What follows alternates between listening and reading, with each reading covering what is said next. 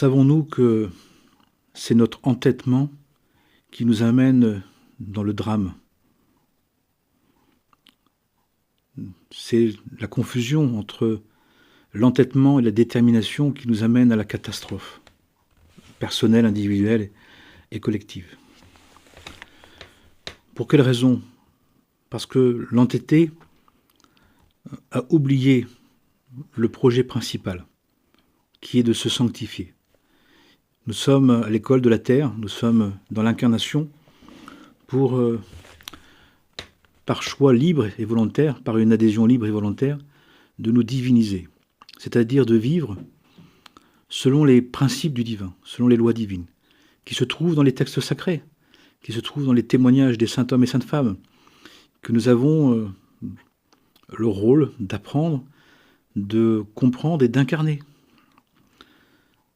Mais si nous n'avons pas cette détermination, si nous n'avons pas ce projet principal, nous allons nous entêter, nous allons nous enferrer, nous allons nous être obnubilés par des projets secondaires, par des projets qui, au fur et à mesure, n'étant pas le projet principal, s'ils ne nous y ramènent pas, si on n'entend pas qu'ils veulent nous y ramener, eh bien, vont nous amener à des situations dramatiques.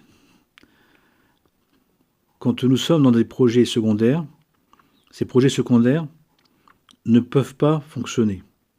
Et ils ne fonctionnent pas parce qu'ils ont le rôle de nous ramener au projet principal qui est de nous déifier, qui est de nous sanctifier.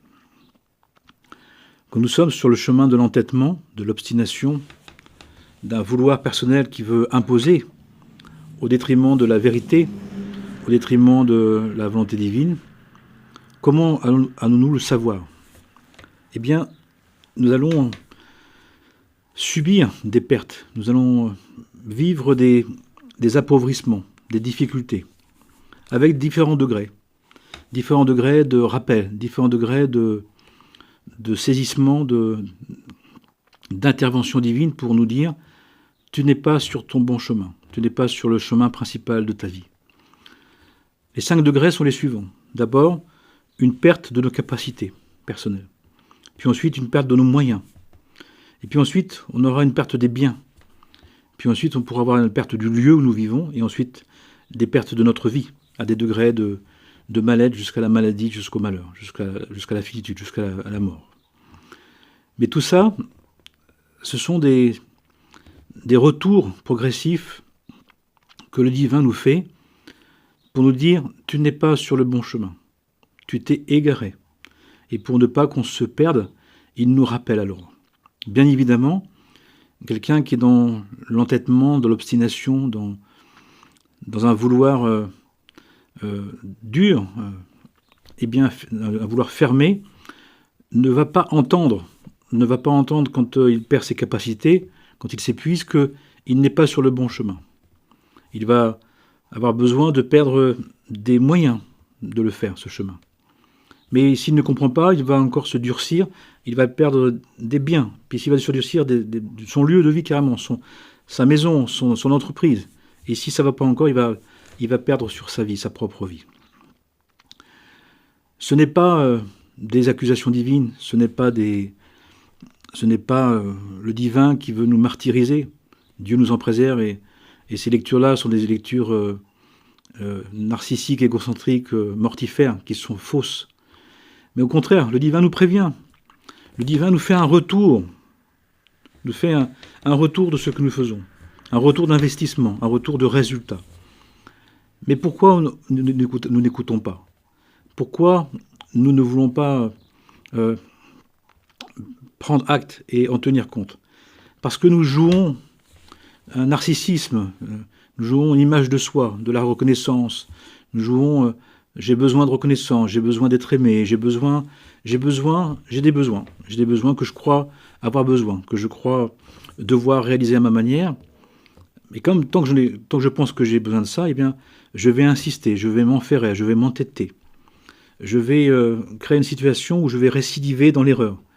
Et en pensant même que j'ai pas assez de vouloir, pas assez de volonté personnelle, pas assez de force, de puissance, de de renseignements, de stages, de formation, de diplômes, alors que le divin a créé un système pour nous dire si nous sommes sur le bon chemin, sur la voie juste, la voie droite, la voie du milieu.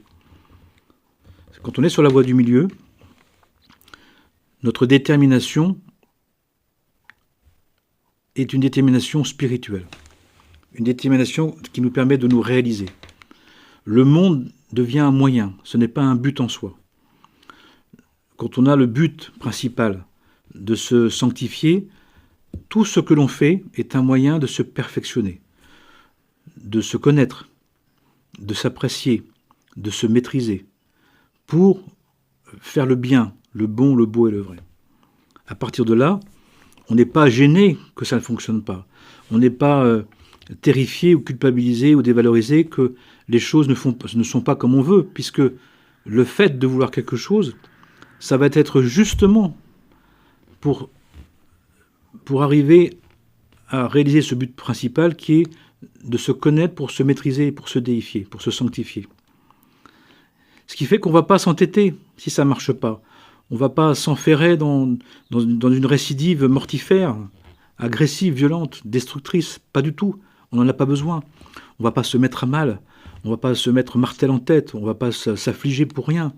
On va dire, qu'est-ce que j'ai appris de moi ? Qu'est-ce que j'ai appris de la vie ? Qu'est-ce que j'ai appris des lois divines ? Qu'est-ce que j'ai appris des lois de vie ? Des lois naturelles qui sont aussi les lois divines, des lois de la création. Pour me dire, tiens, je ne suis pas dans ma voie principale. On est toujours sur un chemin, mais on peut être sur un chemin de traverse. Chemin de traverse avec lequel on est revenu, chemin de traverse que l'on porte, et qui parfois nous paraît le chemin principal. Quand est-ce qu'on sait que notre chemin n'est pas le principal ? C'est que malgré notre obstination, malgré notre entêtement, ça ne fonctionne pas au point de perdre des capacités, des moyens, des biens, son lieu et même sa vie. Donc il y a un référentiel. Il y a une manière de mesurer. Je dis ça parce que je vois des personnes qui s'entêtent, qui s'enferment, qui insistent trop, et en pensant qu'en insistant, c'est juste. Mais ils sont dans un chemin qui n'est pas le principal, qui n'est pas juste. Il faut juste en changer. Il faut juste le reconnaître. Nous sommes là pour être bienheureux.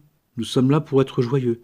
Le chemin principal nous rend joyeux, nous rend bienheureux, nous rend satisfaits, nous rend humbles, nous rend modestes, nous rend fraternels, nous rend bienveillants, nous rend bénissants, nous rend louangeants, c'est-à-dire toutes les vertus spirituelles. Donc on a aussi un autre aspect de l'évaluation, c'est que si je suis dans la joie, dans la complétude, dans la tranquillité, dans la paix, dans la bienveillance, un bienheureux, une bienheureuse, je suis sur mon chemin. Ça veut dire un chemin de contentement, un chemin de constance, un chemin de paix, un chemin de concorde, un chemin de bien. Ça ne veut pas dire que je vais être reçu, ça ne veut pas dire que je vais être apprécié, ça ne veut pas dire que tout va bien se passer comme je veux, mais je vais être positif, comme on dit, je vais être bienveillant, je ne vais pas m'enferrer dans des situations, dans des relations qui vont me blesser. Je ne vais pas insister, je ne vais pas m'obliger, je ne vais pas m'injoncter, je ne vais pas me soumettre, je ne vais pas vouloir soumettre, je ne vais pas être menaçant, je ne vais pas être agressif. Non, je vais renoncer. Je vais accepter que ta volonté soit faite. Ta grâce me suffit. C'est toi qui sais, Seigneur. Non pas moi, mais le Christ en moi. Non pas moi, mais le divin, lui, sait. Dieu sait. Dieu seul sait. Pourquoi ? Parce que ce qui nous intéresse dans le projet principal, dans la voie droite, dans le chemin qui nous amène directement à notre sainteté, c'est de vivre en Dieu, par Dieu, avec Dieu. Et donc d'aimer son prochain comme soi-même, de ne pas faire aux autres ce qu'on n'aimerait pas qu'on nous fasse, tous ces aspects-là. Qui fait qu'on a les justes capacités, on vit avec nos capacités, on les respecte. On vit avec notre bon penchant et notre mauvais penchant, dans le respect, dans la connaissance et dans la justesse de ça. On vit avec nos moyens et on en est satisfait. On vit avec les biens que l'on a et on les partage. C'est pour aider, c'est pour soutenir, c'est pour soulager, c'est pour guérir.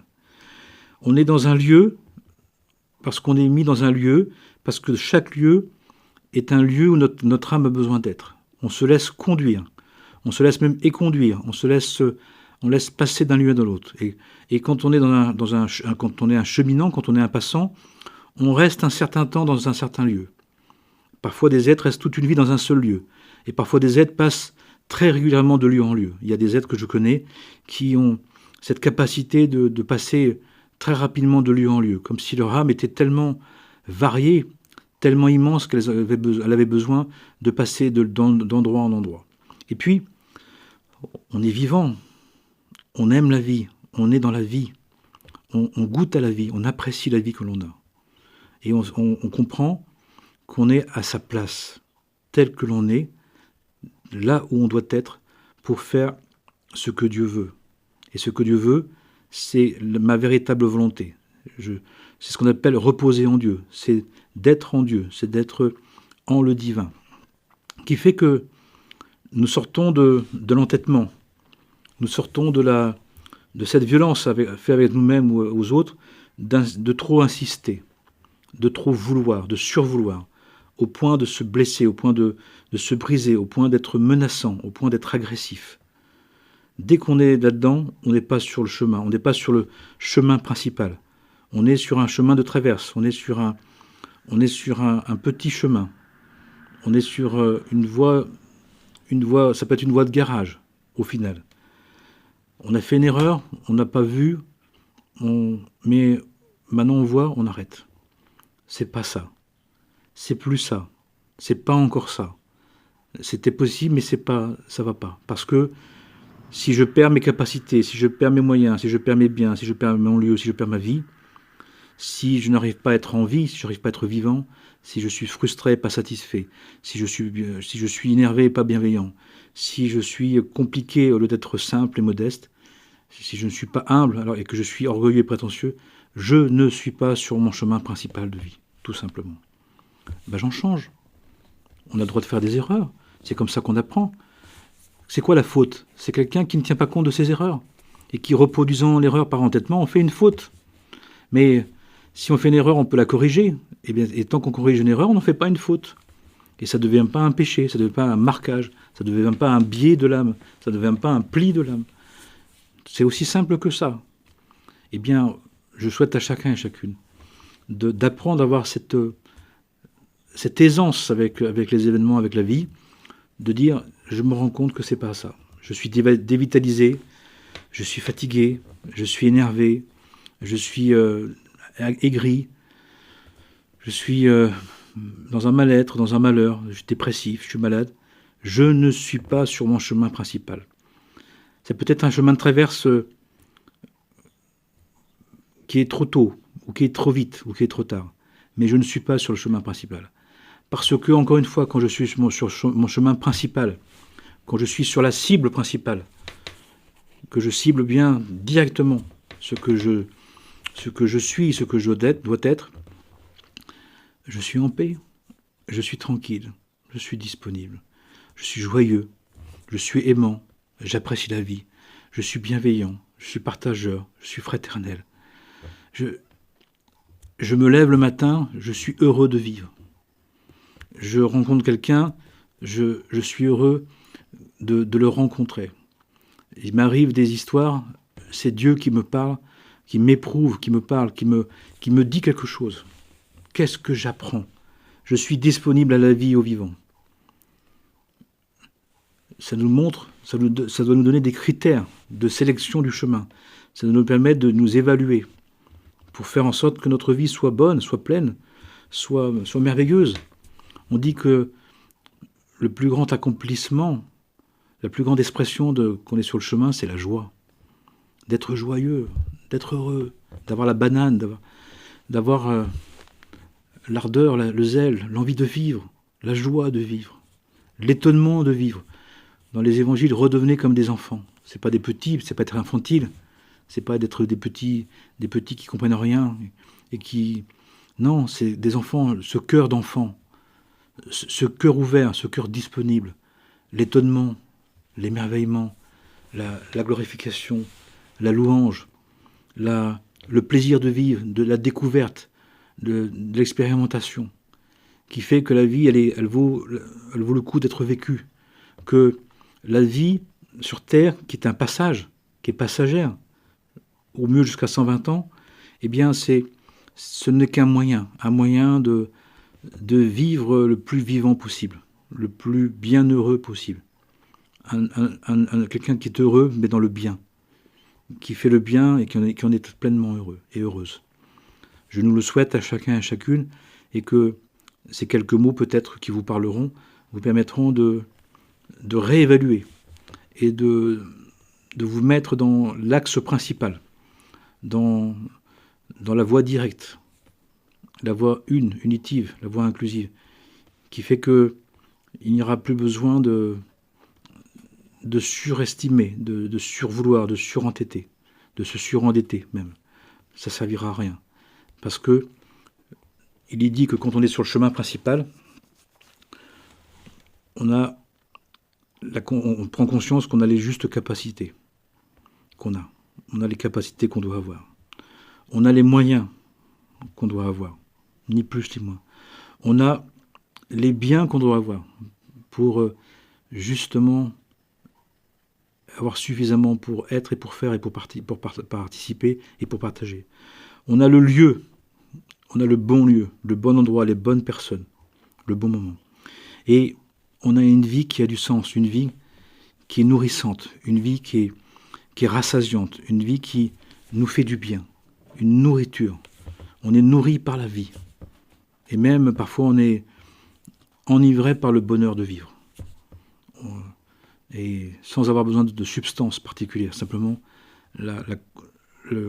l'expérience de la vie qui nous traverse, de la vie éternelle qui nous porte, qui nous supporte et qui nous élève pour le bien de tous et de toutes, sans exception possible et imaginable, pour la réalisation totale et définitive de l'humanité et du monde et de la création. Amen et Amana.